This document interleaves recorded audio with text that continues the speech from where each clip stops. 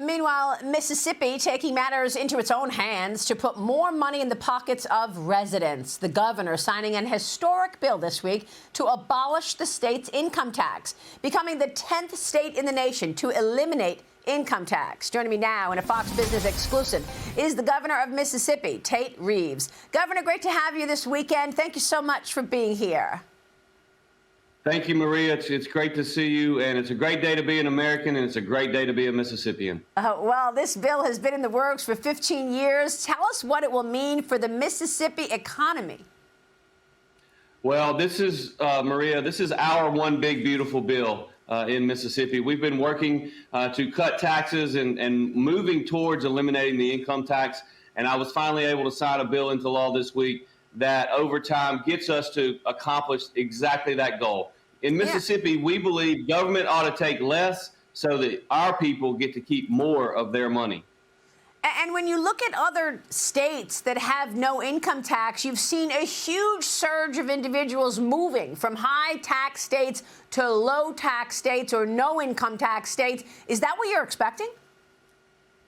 Well, there's no doubt about it. I mean, you see not only economic growth in those states with no income tax, you also see population growth in those states. And we think we have a beautiful state in Mississippi. We've got a beautiful coastline on the Gulf of America. And I will just tell you that we have seen significant economic growth over the last 5 years. We've seen over $30 billion in new capital investment flowing to our state. And we think by eliminating our income tax, we're going to see not only more income and capital flow into our state. We think we're going to see more people flow into our state. And so it's an opportunity for us to be more competitive on the national landscape. And we think it's going to work beautifully. That is just incredible. And I love that you referred to the Gulf of America. I've talked to President Trump about his own tax cut plan. And one question I always ask him is, how are you going to offset? If you're going to cut taxes and eliminate the income tax like you're doing it, where does the revenue come from? Well, I've talked to the president about his desires to cut taxes as well. And for us in Mississippi, you got to know where we start from. We're going to collect about $7.8 billion in total revenue this year.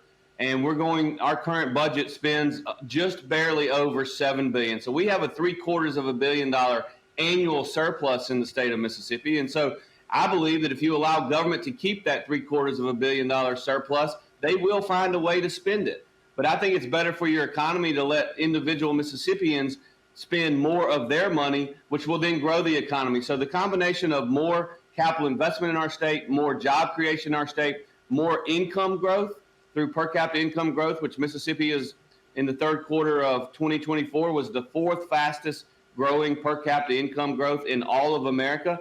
We're going to see significant economic output in our state, and that's going to lead to us being able to fund the necessary services in government while also letting our people keep more of their own money. Well, that is terrific. And like President Trump, it sounds like you're counting on growth. And that growth will create the revenue that I'm referring to. Look, the president is pushing to cut taxes on a national level. By downsizing the IRS, he's creating this external revenue service, replacing income tax on U.S. citizens with tariffs on foreign countries. Just this week, the president announced a new round of levies on foreign-made cars. Watch. We're going to charge countries for doing business in our country and taking our jobs, taking our wealth, taking a lot of things that they've been taking over the years. What we're going to be doing is a 25% tariff on all cars that are not made in the United States. Governor, auto manufacturing, one of the top sectors in Mississippi with more than 200 auto manufacturers and over 500,000 vehicles produced in the state every year. How are these tariffs going to affect your state? Well, Maria, there's no shortage of opinions with respect to President Trump's tariff proposals. But let me tell you what our experience has been in Mississippi over the last couple of months. We've had tremendous success since I've been governor now over 5 years of not only investment from American companies, but also direct foreign investment. What we've seen over the last couple of months is our deal flow and our potential deals in our economic development shop have never been greater. We are seeing potential investments from countries all over the world, because they're going to produce more in America. We've seen companies that are headquartered here that maybe are doing manufacturing in other parts of the world that are looking to bring those manufacturing operations back on shore. The fact of the matter is that we have the potential for a manufacturing boom in America, and Mississippi is better positioned than most states because we never gave up on manufacturing. That's what we do in Mississippi. We make stuff, and we make it really, really well. And so these proposed tariffs and what they have meant to our deal flow has been nothing but positive. And I will tell you, I've got a team going overseas literally this weekend. This will be the third trip to a foreign country in the last 3 weeks.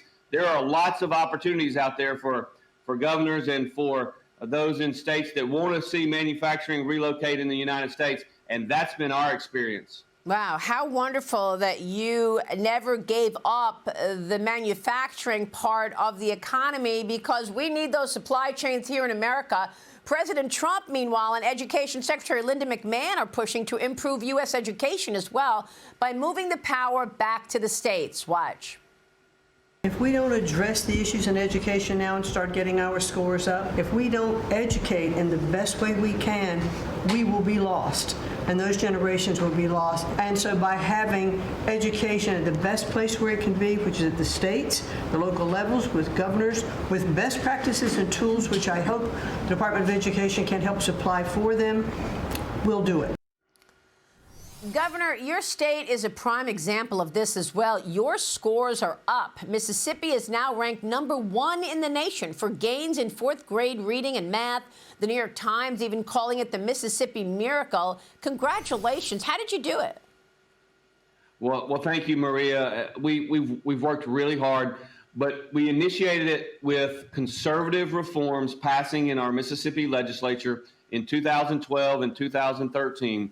Which have led to something that's going to surprise a lot of your viewers, and that is Mississippi has been #1 in the nation in growth rates in education. Mississippi has been the exception. While many other states, and quite frankly, the United States in general, have seen declines in education performance over the last 10 years, Mississippi has seen significant improvements. In fact, we went from 49th in the nation 10 years ago in 4th grade reading to 9th best in America. We went from 50th best in America in 4th grade math.